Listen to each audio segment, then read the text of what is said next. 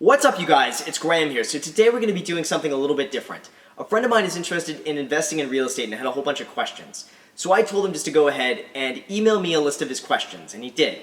Now, when I got his questions, I realized that these are such good questions, and I felt it would be a shame if I couldn't upload these questions to YouTube. So I asked him if it's cool if we got on a call and I recorded it, and that way I can share all of my advice with him as well as with you guys watching on YouTube. So this is primarily about investing in real estate and what I look for in an investment, and he said it's cool to record it, so let's do it. Hey, how's it going, everyone? I see from your email that you wanted to be potentially buying something, preferably a multi-unit. I'm guessing that you want to move in one of the units and then rent out the other few. That's right. Yeah, that's correct. So looking to purchase something within the next 2 years. Kind of want to do a multi-unit within like a 50-mile radius of LA within the next 2 years. So yeah, that's kind of the gist of what I'm trying to do. So I see from your email here, you want to stick with 1 to 4 units. That's great. So that all falls under a residential loan. So if you get between 1 and 4 units, it's all residential.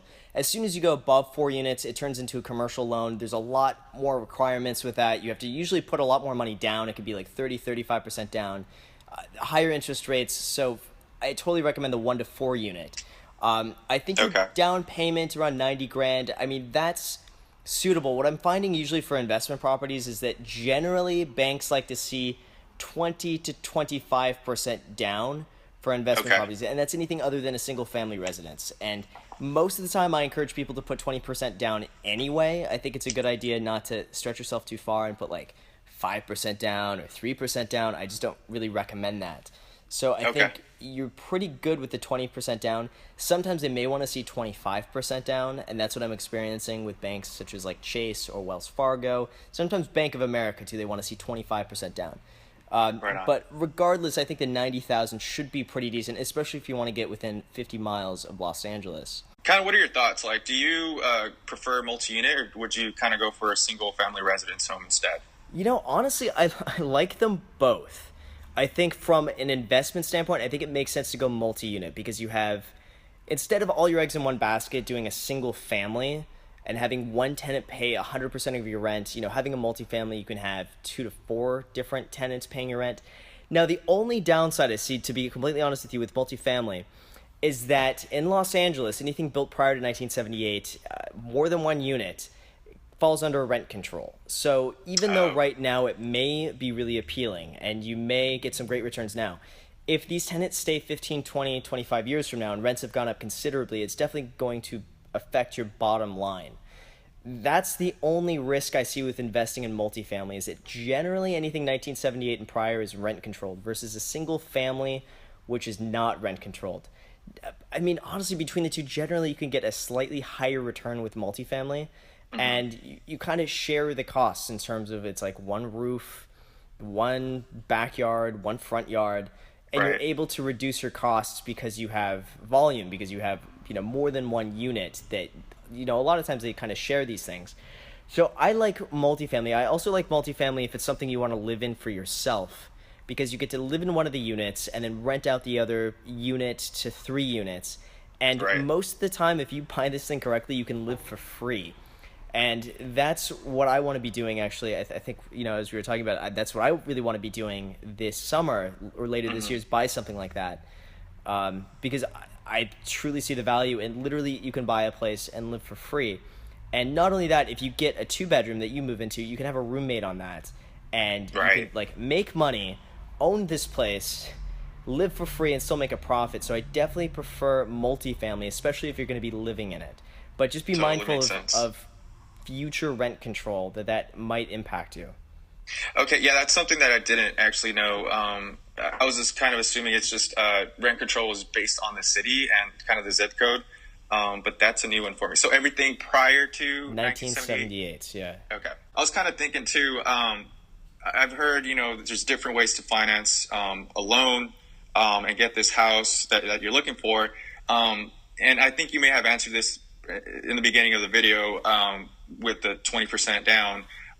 Would you stray away from doing the FHA and putting a hefty down payment instead? Yeah, I would definitely be doing the conventional loan. FHA is usually for first-time home buyers who maybe don't have the income and who don't have the credit, if someone's buying something from FHA, generally they don't have the income or the credit to qualify for a conventional loan. Usually. And usually they're a first-time buyer. Especially in a competitive market such as like Los Angeles or anywhere in Southern California, not a lot of sellers will take an FHA loan seriously if it's a really hot property and they have multiple offers. A conventional loan is usually the way to go.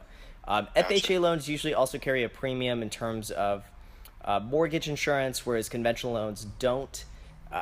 And usually FHA loans are at a slightly higher interest rate because they lend a little bit higher than conventional loans in terms of debt to income. And usually because the borrower's credit isn't like 740 plus as would be with a top quality conventional loan.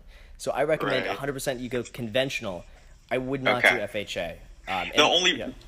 The only reason I brought that up, Graham, was just kind of like thinking of leveraging money. And if you don't want to, drop down, let's say 90K, just drop down 3.5% of the property and use that cash for, maybe the stock market or something else. But, it may not even make sense once you crunch the numbers and see the cash flow or lack of cash flow. It entirely depends on the type of loan that you get and what you're going to be paying up front. Because if your interest rate is going to be pretty low, and if you can only put down 3.5%, 5%, I mean, even though you don't really have much equity in the place to begin with, if the numbers work, it's always possible. But I generally it's again personal opinion here. I'd rather have a little bit more equity in the property, just in case shit hits the fan, that you have at least some sort of cushion to fall back on versus being 3.5% in, 5% in, and having these rent payments coming in. That's like you're kind of counting on that. Right. You're kind of just scraping through. I hear you. Exactly. Okay. Yeah. It's kind of you personally. How do you search for potential investments? And mainly, because you're a realtor yourself, you're a real estate agent. Do you personally go through the MLS and kind of just go through all your options, or would you hire a buyer's agent since they would be free for you and have them assist you in their localized market? Yeah, I always do it myself. I mean, there's no sense doing a buyer's agent when I can do it myself. And usually when I represent myself on a deal, I cut my buyer's commission entirely.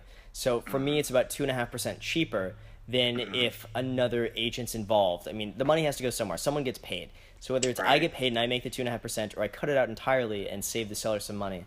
So I always do everything on my own. I would not have someone else represent me. Especially on my own deal, it just doesn't really make that much sense.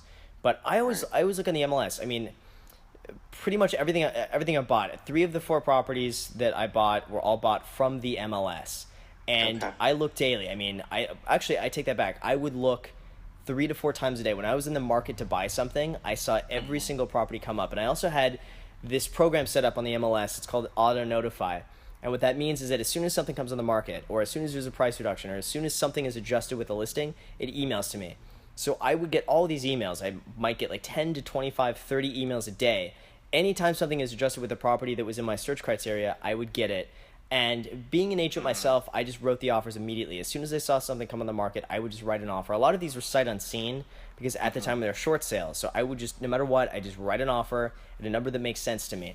Now everything I'm looking at is still on the MLS. And I do 2 things. I first look at places as soon as they come on the market. And then I also look at the places that have been on the market the longest. And I find there's a good middle ground between the two, because as soon as something comes on the market, it's usually a hot property. Everyone is looking at it. There's the most competition. But that's your chance to find something that could be absolutely perfect that otherwise would have sold in a matter of days or weeks.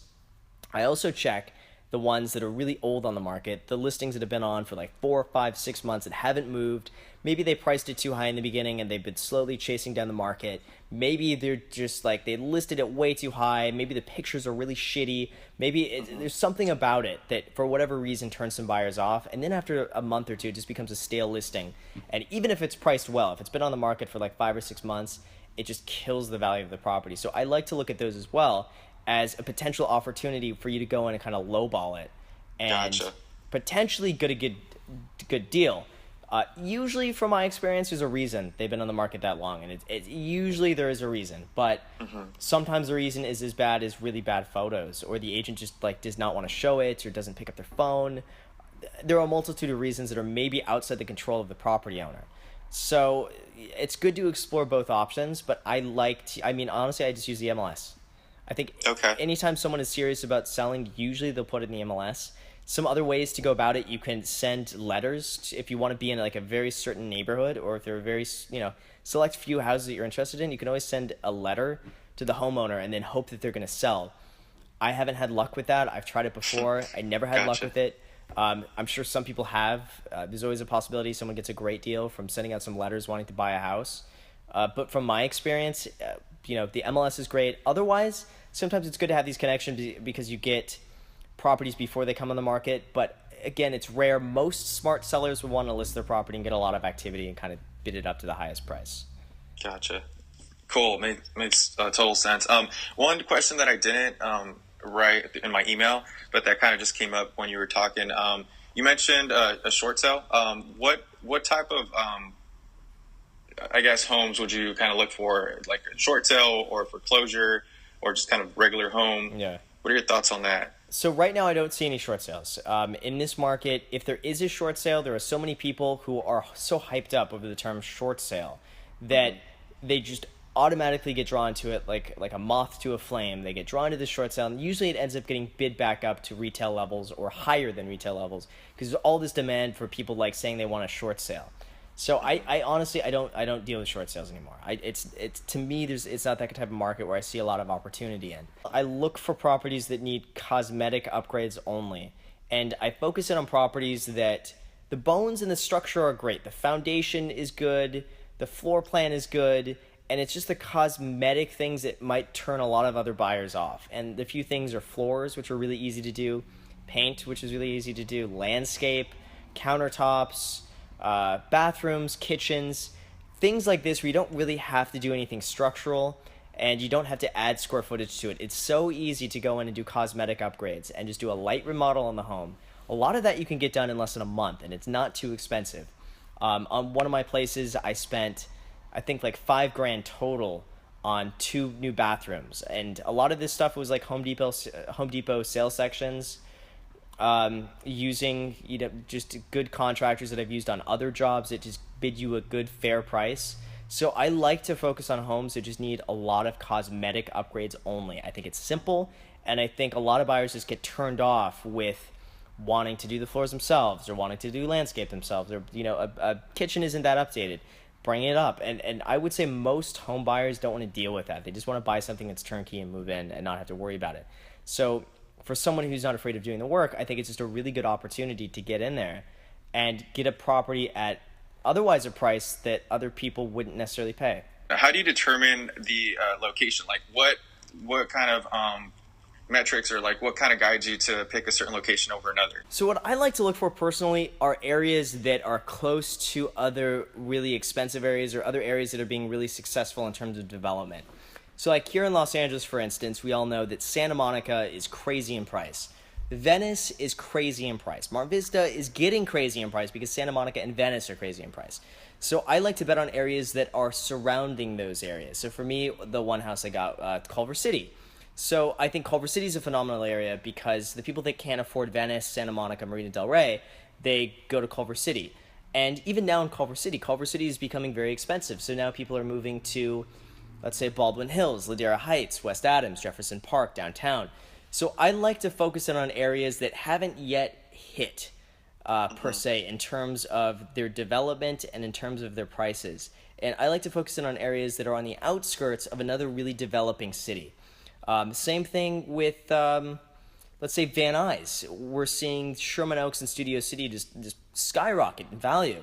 And that is amazing for Van Nuys, for Chatsworth, Tarzana, like all these areas that are kind of surrounding that area. It tends to raise the prices as people are outpriced already in Sherman Oaks, Studio City, so they tend to move a little bit further outward. So that's Gotcha. personally what I look for. Okay, yeah, that probably definitely helps if you're already a realtor and really aware of the market.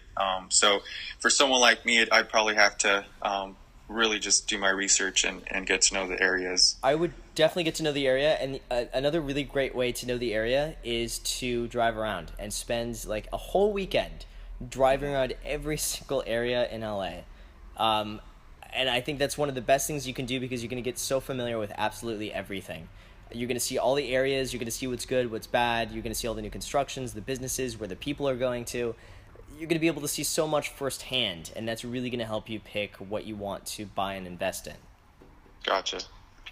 Totally makes sense. Okay. Now to the question that I really struggle with the most, and I don't know if everyone out there kind of struggles with this one, but it's how do you evaluate, and this is kind of a long one, how do you evaluate a potential investment to ensure the numbers make sense? And if you use a spreadsheet or whatever, that kind of helps you. What type of metrics do you use to kind of classify a good investment? There's a ton of stuff online, like cap rates, cash on cash return, all kind of calculations that you could use. But like, what do you use personally to? It really evaluate? depends what you're going for. If it's something to move into, I treat that differently as something that you're doing just to make money, is something for cash flow. So let's start with cash flow. When I want cash flow, I kind of determine a little bit between the appreciation of a property and what it's going to spit out in terms of monthly income.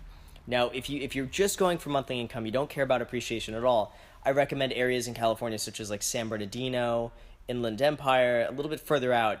I'm finding you can get about a 6 to 10% return on your money by going to those areas. However, generally those areas don't appreciate as much as properties do in Los Angeles. So there's a toss-up that even though you earn all this money in rent, you're not earning the potential appreciation of the property long term. So it's a bit of a toss-up. Ideally, you would get a bit of appreciation and a bit of rent as well. Now, in terms of cash flow, it's really hard in Los Angeles to get a property that cash flows. Really difficult. You're not going to find it in Santa Monica, Venice, Beverly Hills, Brentwood. It just doesn't happen. In the really good areas, you don't find properties that cash flow because people pay a premium for that area. However, in those areas, you generally get a stronger appreciation, and it's generally a little bit more resilient to any sort of market fluctuations. Like if interest rates go up to 5-6%, chances are Beverly Hills Flats is not going to be affected at all. It's going to stay really strong. But if you're buying a property to cash flow in the Beverly Hills Flats, you're shit out of luck. This property might make you like 2.5-3% a year. It's terrible. So ideally, you want to find a toss-up between the two. So for cash flow, I recommend going further out. You get less appreciation, but you do get cash. Now, I usually for cash flow properties like to see above 6 to 8%. And it's hard to find now, but it's doable in Southern California to find properties 6 to 8%. Especially if you go further out to like if you want to be in Lancaster, for instance, like you could easily find an 8% property in Lancaster. But again, it's just the toss-up between getting rent and getting appreciation. Now, in terms of buying something to live in, I treat that a little bit differently because you do pay a premium for what I call lifestyle cost, in the sense that like you're going to be in a better location, your happiness, being close to things. That's worth something. So you shouldn't necessarily look at that in terms of how much money you're going to make from that or not, just because it's your happiness that's at stake. Right. Now, I like to look at everything as a whole for something I'm living in the sense of I calculate how much rent I'm going to be getting as a whole. I subtract my mortgage. I subtract the interest. Subtract the property taxes, the insurance. I add on some repairs, and I add on some vacancy to that. And I'm able to come up with a number that is usually a low number when you have a property and you add in all the rents and then you subtract everything. It's usually a low number. But then because I'm living in it and because it's an income property, I then add back on some of the things that I'm able to deduct. Like, for instance, the mortgage interest is a tax write-off. Your property taxes are a tax write-off. Let's just assume you pay $10,000 a year in mortgage interest. For me, that might only equate to $7,000 after my tax write-offs, or $6,500 after all my tax write-offs. So right off the bat, I'm able to add back in $3,500 because it's a tax write-off. Same thing with property taxes. If I pay $10,000, $12,000 a year in property taxes, that's really worth to me like $8,000. So I'm able to pocket the difference. So I tend to add all of that back in and come up with a true number. I also add up paying down your mortgage. So if your mortgage payment, let's just say, is $4,000 a month, but out of that, $1,100 a month pays your principal down, I count that as well as a return, because not only do you have a cash return, but you have a total return in terms of all the write-offs you get and what you get paying down the equity. It's almost like a forced savings. So I don't really count that as an expenditure. I count that as going towards my total return. I don't count appreciation in return just because it's usually not something that's as predictable as a tax write-off would be. But that's what I take into consideration. I'll send you a full breakdown, by the way, of this and what I kind of look for, Awesome. and how I do it. But yeah, every deal I will definitely analyze it, and I try to get it down to, a few $100s, give or take, of how much profit I'm going to be making per month. Maybe I Okay. could usually be within about 150 bucks. Gotcha. Right on. And yeah, this is kind of the critical question that I had, since it's all new to me and it's a kind of a big investment. So aside from numbers, and I think you may have answered this with the cosmetic comment you made, but aside from numbers, what else do you take into consideration when you're evaluating a property? Really, the area in general. I want to make sure if I buy a house or I buy a multi-unit that I'm not on the same street as an apartment building. I want to make sure that I'm not on the same block as a commercial building, and I want to make sure it's not a through street. So for me, for instance, I'm looking in West Adams. I want to make sure that I don't have an apartment building on my street, because that usually lowers the property values, and it means the streets are really crowded when you have like 20 people living on that little apartment building in the street. People come over, people park on the street, and street parking is usually difficult. Same thing with being on a through street. I dislike it. If the street has speed bumps on it, it's usually for a reason, because cars go by at a higher volume than other streets. So to me, that disqualifies it as well. I also, again, commercial buildings, I don't want to be in the same block as a commercial building, any sort of retail or anything like that. Usually it's too busy, and I'd rather be on a quieter residential street. So I would pay a premium not to have those things around where I end up buying. Awesome. Cool. I'm taking notes here as we're going. I think I skipped one. Number seven was, how do you know what you can charge for rent when you're considering a potential investment that you are evaluating? You know what, the best way to do that, honestly, is Craigslist. I know I'm always talking like highly about Craigslist, and I feel like Craigslist should be paying me for all the promotion I'm giving them. But seriously, Craigslist. And let's take my example, West Adams. So I want to find out what a one bedroom is going for in West Adams. I just go on Craigslist, I type in West Adams, and I type in one bedroom exactly, and I see what's coming up, and I just check them out, and I see what the going rents are for. And sometimes they're priced a little bit too high, so I might discount it by like 5% or so. But generally, you're able to get a good understanding of what the rents are going to be just based off Craigslist alone. I think Craigslist is probably one of the best resources out there in terms of evaluating rents. That's awesome. Yeah, I didn't think about that, but that's real cool. Yeah. I've heard a lot of buzz on this, and I kind of wanted to hear what your thoughts were. What's your opinion on out of state investments? I wouldn't do it. I mean, I'm sure a lot of people do it, and there's nothing wrong with an out-of-state investment. It's just, for me personally, I wouldn't want to manage something out of state, and if something were to go wrong, and God forbid I need to be there for something, I just don't want to have to go deal with going out of state. Now, you could get a property manager, and that would alleviate all of your concerns if you get a property manager, but at the same time, I feel like you really need to be familiar with an area to want to buy in there and see what's going around the neighborhood and what's coming up and what's coming down and different neighborhoods that are developing. I think it's harder to do out of state. If you're familiar with something out of state, I don't think there's anything wrong with it if you can get a property manager, but it's just, for me, I personally wouldn't do it. Right on. Okay, that's kind of what my thoughts were as well. Do you currently use a property management company for your rental properties, or do you kind of just handle that on your own? I do a mixture of both. I manage all my properties myself, but I do have people that are there that in case I need them. So I have this one guy, I pay him $35 an hour, and he's phenomenal, and he lives in the area. He is a contractor. He's also retired. So if anything were to go wrong, I could just call him up. He's in the area and can swing by and handle any issues that come up. Same thing with like plumbers, electricians, landscapers. If a tenant calls me up and says my electricity won't turn on, I just know to call the electrician. Same thing, if the water doesn't work, I know just to call the plumber. And I've worked with these people long enough, and I found them, by the way, all off Yelp. I just looked up, Okay. Highly rated people on Yelp, and I've worked with them long enough now that I trust them, where I just tell the tenants to call them directly. So if there's a leak, I tell them, here's the plumber. If there's an electrical problem, here's the electrician.